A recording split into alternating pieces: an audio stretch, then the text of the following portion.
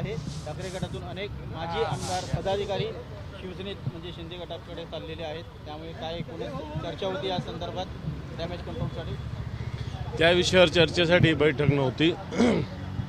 ही बैठक संघटनेच्या नियमित कामकाजाच्या साठी होती, कारण लोकसभा निवडणुका झाल्या, विधानसभा निवडणुका झाल्या आणि नंतर सदस्य नोंदणी आमची सुरू झालेली आहे आणि यानंतर येणाऱ्या काळात राज्यामध्ये शिवसेनेचं काम संघटनात्मकदृष्ट्या मजबूत करण्यासाठी एक नेत्यांच्या टीमने, नेत्यांच्या सगळ्या शिवसेना नेत्यांनी कशा पद्धतीनं सक्रिय व्हावं, कशा पद्धतीनं संघटन व्हावं या हेतूवर विचार करण्यासाठी संघटनात्मक बैठक होती।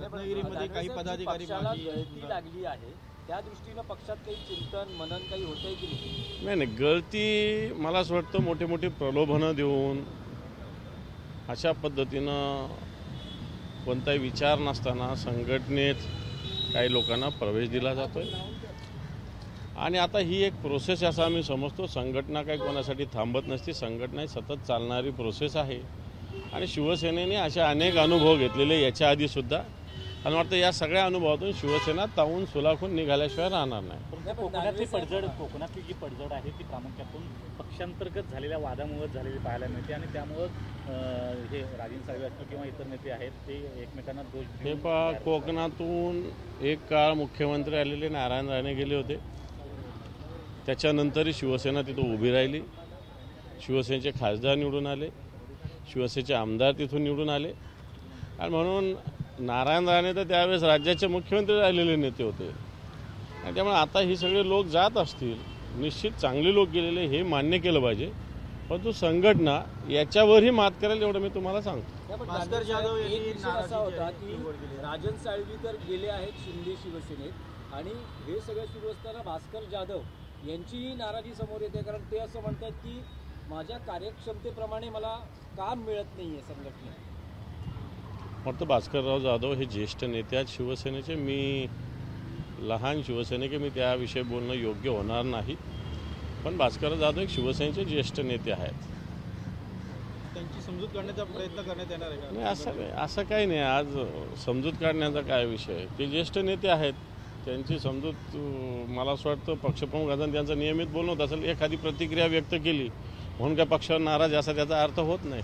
भास्कर जाधव यांची नाराजी दखल घेतली का मातोश्रीने? जेव्हा पक्षामध्ये इतकं सगळं सुरू असताना भास्कर जाधवांसारखा ज्येष्ठ नेता असं म्हणतोय की माझ्या कार्यक्षमतेचा किंवा माझ्या कार्यपद्धतीचा पक्षात वापर केला जात नाही, तर याला काय म्हणावं? हे पहा, आता मी बोललो ना की भास्करराव जाधव हे शिवसेनेचे ज्येष्ठ नेते आहेत, मी त्याच्यावर बोलणं योग्य होणार नाही, परंतु भास्करराव जाधव आज शिवसेनेचे विधानसभेतले शिवसेनेचे गटाचे नेते आहेत, शिवसेना पक्षाचे ते नेते आहेत, तर ह्या जबाबदाऱ्या मोठ्याच आहे।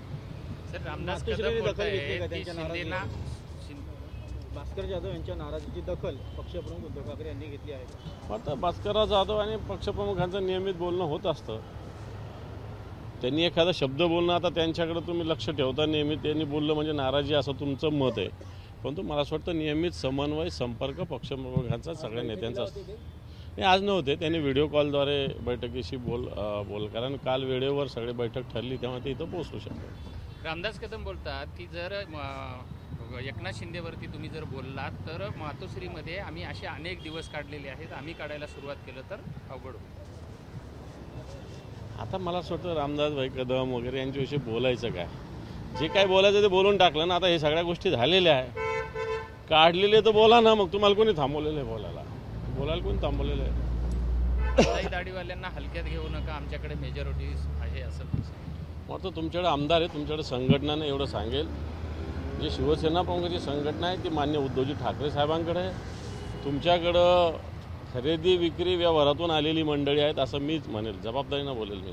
एकनाथ शिंदे यांनी रत्नागिरीमध्ये म्हटलं आहे की खडतर काळातून चालला आहे, पक्षाच्या बाहेर जाणाऱ्यांना थांबवण्याऐवजी त्यांची हकालपट्टी केली जाते। आज सकाळी महाडिक यांची हकालपट्टी झाली आहे, रत्नागिरीतले बने यांची हकालपट्टी झाली आहे पक्षातील, तर थांबवणं हे महत्त्वाचं की हकालपट्टी महत्त्वाचं? नाही, काही लोक पक्षविरोधी काम करत असतील पक्षात राहून, तर मला असं वाटतं पक्षाला या सगळ्या विषयाचा जुने नवे किती काम केले याच्यापेक्षा पक्षाला सध्याच्या घडीला डिसिप्लिन पण महत्त्वाची ना। पक्षाचे डिसिप्लिन सोडून कोणी पक्षापेक्षा मोठा नाही आहे हा संदेश पण द्यावा लागतो. मला वाटतं त्या पद्धतीनं तो दिला असेल. एकनाथ शिंदे यांनी रत्नागिरीमध्ये भाषणामध्ये ठाकरेंकडे परिवारवाद आहे तर आमच्याकडे महाराष्ट्रवाद आहे असं म्हटलं आहे. कोणता महाराष्ट्रवाद आहे त्यांच्याकडं? लाडकी बहीण योजनेचं काय होतं आहे आता? लाडका भाऊचे काय हाल आहे? शेतकऱ्यांची परिस्थिती काय आहे? तुमचा मंत्री म्हणतो की 1 रुपया भिकारीसुद्धा घेत नाही. धनंजय मुंडे काय करतो? काय करतात धनंजय मुंडे? काय कारवाई केली? आणि तुमचं काय हलतं का? ठाण्याशिवाय पान हलतं? तुमच्याकडे परिवारवाद नाही का? परिवारवाद तुमच्याकडे नाही का? फक्त सांगावं त्यांनी कोण आहेत. आता रामदास कदमांचे मुलं मंत्री आहेच ना, कोणते सामंत त्यांचा भाऊ आहेच ना, एकनाथ शिंदे त्यांचा मुलगा खासदार आहेच ना. हे सगळे त्यांच्यातले नेते त्यांचेच मुलं नेते आहेत ना त्या पक्षामध्ये. बाकी कोण आहे? हा परिवारवाद नाही का? हा परिवारवाद नाही का? सगळ्यांचंच बघा. उलट शिवसेनेत कर्तृत्वावर संधी दिली जाते. विनायक राऊत यांच्यामुळेच माझा विधानसभेत पराभव झाला असा थेट आरोप हा राजन साळवी यांनी केला. मला असं वाटतं या गोष्टीत कोणताही दम नाही. ज्याला जायचं असतं तो सत्रकारानं सांगत असतो. विनायक राऊतसुद्धा लोकसभेला उभे होते. विनायक राऊतांना राजन साळवीच्या मतदारसंघातून विधानसभा लढले. त्या ठिकाणी विनायक राऊतांना आघाडी मिळाली आणि मग आघाडी मिळाली विनायक राऊतांना, तर राजन साळवींना ती का नाही मिळू शकली हा एक प्रश्न आहेच आहे ना. त्यामुळेच ते विनायक राऊत यांच्यामुळेच माझा पराभव झाला, त्यांनी गद्दारी केली त्यामुळेच माझा पराभव झाला असं मला असं वाटतं. असे आरोप प्रत्यारोप होत असतात. आता त्याच्या पुढे मी जास्त बोलणार नाही. आरोप प्रत्यारोप असे होत असतात. त्याच्याविषयी जास्त बोलणं योग्य होणार नाही असं मला वाटतं. धनंजय मुंडे यांच्यावरती सातत्यानं टीका करणारे सुरेश धस यांनी धनंजय मुंडे यांची गुप्त वेळ घेतली. जवळपास 2-4 तास त्यांची बैठक झाली असल्याची माहिती होती. काय नेमकं चाललं आहे? हे तर समोर आलेलं हे तर आश्चर्यजनक आहे. ज्या पद्धतीनं सुरेश अण्णा धस यांनी ॲग्रेसिव्हली या सगळ्या बाजू मांडल्या होत्या आणि धनंजय मुंडेवरच आरोप त्यांचा होता, अंगुली निर्देश होता. आणि त्याच धनंजय मुंडेशी जर त्यांची अशा पद्धतीने भेट होत असेल तर मला दुर्दैवी हे वाटतं. परंतु याच्यातून काय भेट कशासाठी झाली हे बघितलं पाहिजे.